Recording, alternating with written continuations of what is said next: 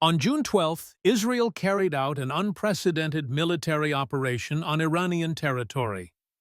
Under the code name Rising Lion, air and drone strikes were launched against key nuclear facilities in the Islamic Republic.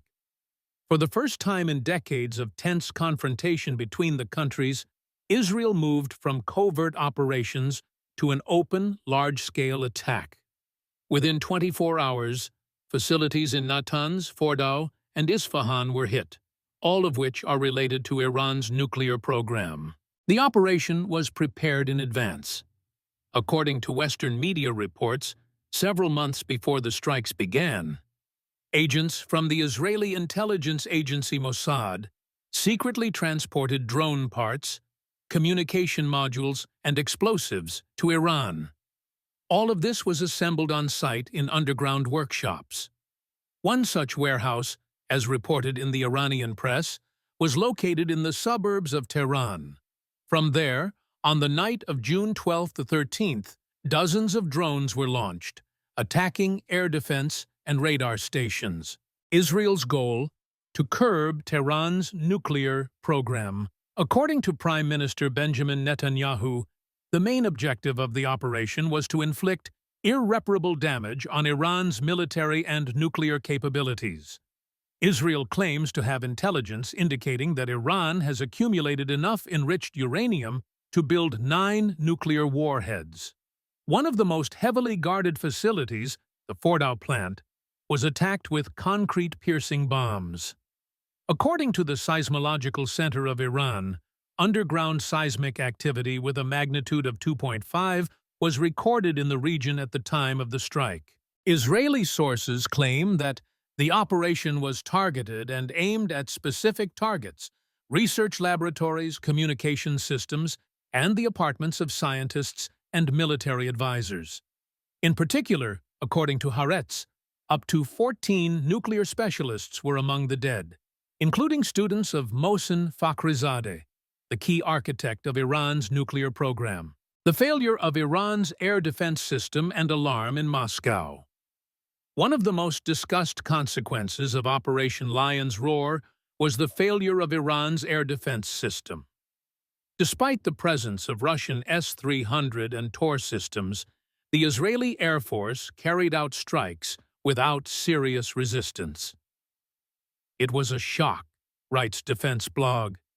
If these systems couldn't handle Israel's attack, what could they possibly do against a coordinated NATO strike?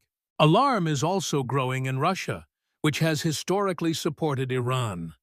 Concerns are already being voiced in Russian military circles. The failure of the Allied air defense system in Iran is a mirror warning to Moscow. Many note that the architecture of the Russian and Iranian systems is similar, which means that their vulnerabilities are identical. Everyone understands, the publication quotes one of the Russian forums as saying, that the same thing will happen to us if NATO strikes us.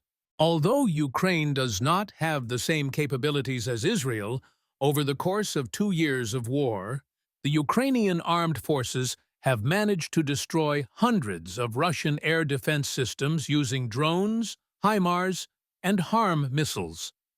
According to the Ukrainian Ministry of Defense, as of mid-June 2025, more than 1,180 enemy air defense units had been put out of action.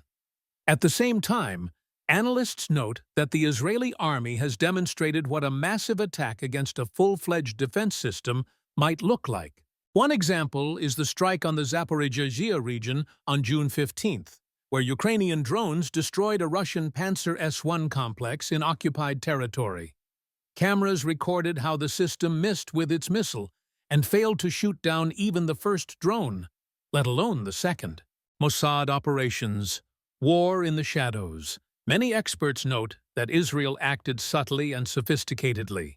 In addition to open strikes, a covert network of agents was deployed in Iran. Recall that in 2020, Mossad agents removed an entire library of documents related to the nuclear program from Tehran. Earlier, a number of scientists, including Fakhrizadeh, were eliminated with the help of remote-controlled machine guns. Now, we are talking not only about targeted killings, but also about an attack on an entire chain of infrastructure. One source claims that up to 54 vehicles were involved in the operation, 42 with drones, and another 12 with weapons and ammunition. Consequences for the Iranian regime. In response, Iran fired around 70 missiles and dozens of drones at Israel, but most of them were intercepted. Some strike UAVs broke through the Iron Dome system and hit industrial and government facilities, including oil refineries and Rafael buildings. Meanwhile, according to sources, part of the Iranian elite has begun informal talks with Russia and Turkey about the possibility of evacuation in the event of an uncontrollable collapse of the situation. According to Western diplomats, Ali Asghar Hijazi, deputy head of Khamenei's administration, is holding closed consultations with representatives of the FSB about a possible departure. Reaction from around the world. U.S., China, Turkey. Israel claims that it informed Washington about the planned operation. According to Donald Trump, he did not interfere with Israel's actions and called on Iran to return to the negotiating table. However, official Tehran refused any contact, calling the U.S. a direct participant in the attack.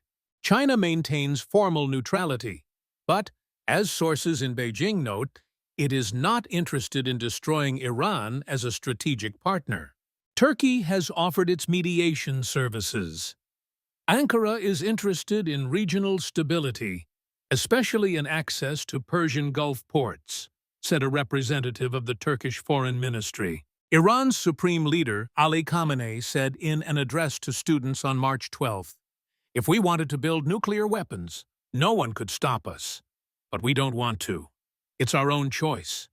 However, the day before the Israeli strike, the International Atomic Energy Agency, IAEA, adopted a resolution accusing Iran of violating the Nuclear Non-Proliferation Treaty.